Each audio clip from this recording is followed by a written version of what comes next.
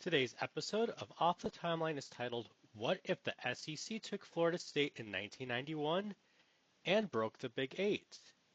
What if I told you the SEC could have taken Florida State in 1991 and accidentally broke the Big Eight early?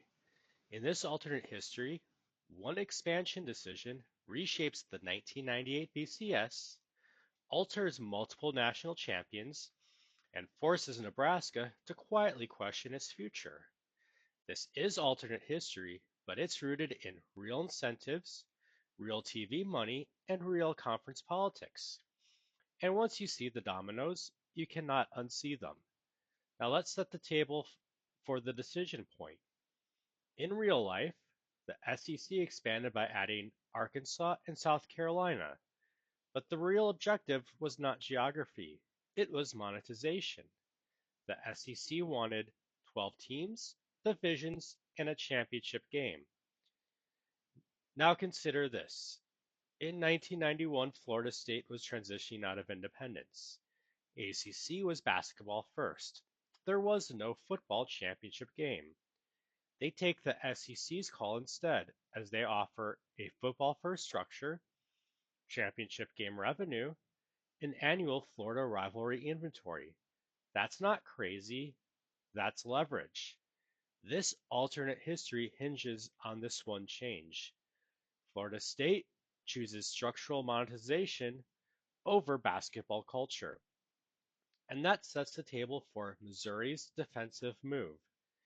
Here's where people say, okay, but Missouri.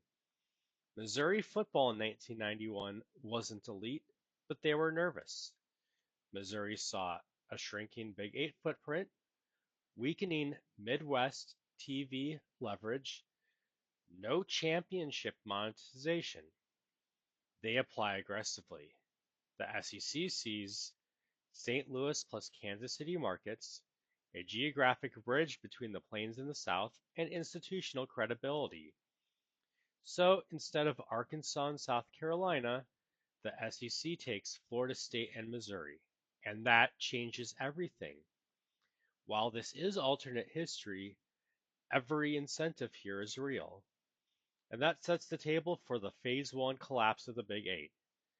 The Big Eight loses Missouri, and they have 7 teams remaining: Nebraska, Oklahoma, Colorado, Kansas, Kansas State, Oklahoma State, and Iowa State.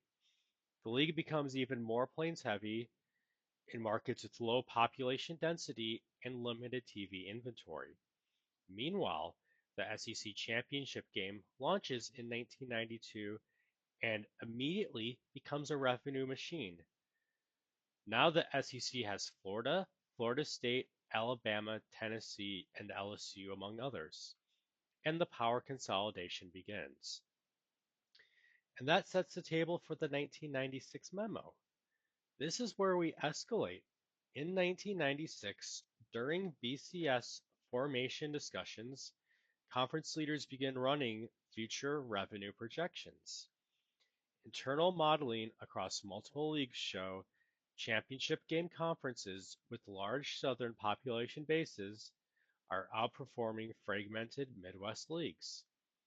Nebraska doesn't panic, but they study, and when Nebraska studies options, everyone else notices.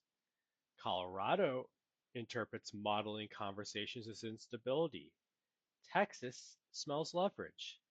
The Big Eight is no longer secure, and this alternate history, and this ties into this alternate history, which is about quiet structural fear and not cartoon chaos.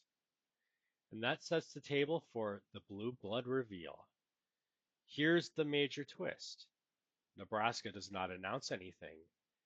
They simply run comparative modeling. Big 8 versus Big 10 versus SEC long-term stability. That's all it takes. The blue blood, Nebraska doesn't leave, but the idea they might is enough to destabilize the Midwest. Colorado explores West. Texas accelerates conference consolidation talks. The Big 12 forms under pressure instead of strength. That changes governance dynamics permanently. And this sets the table for the 1998 BCS Ripple map. Now here's the part nobody talks about. In real life, wins the 1998 title. In this alternate history, Florida State and Tennessee likely meet in the SEC championship. One eliminates the other. The BCS matchup adjusts. Nebraska suddenly has a clearer path. 1998 national champion, very possibly Nebraska outright. 1999, Florida State must survive the SEC gauntlet. They likely pick up a loss. Virginia Tech or Nebraska benefits. 2000, conference alignment changes Oklahoma's path. The BCS era changes tone. This alternate history reshapes three consecutive national championship outcomes. Now you may be thinking yourself that Florida State would always choose the ACC. In 1991, the ACC had no championship monetization structure. The SEC did. You may be thinking yourself that Missouri was too weak competitively. Expansion in 1991 was about TV geography and institutional stability, not just wins. You may be thinking yourself that Nebraska would never consider the SEC. Correct publicly. But modeling revenue projections during BCS formation, every blue blood did that. You may be thinking yourself that the Big 12 still forms anyway. It does, but from instability, not strength. That changes long-term power balance. You may be thinking yourself that this is too clean. It's not clean, it's leverage changing gradually over 7 years. And that's what makes this universe so strong. By 2000, the SEC becomes a super league a decade early. The Midwest is reactive. The BCS era opens under very different power structures. And all because of one 1991 expansion decision. That's the kind of alternate history that feels frighteningly plausible.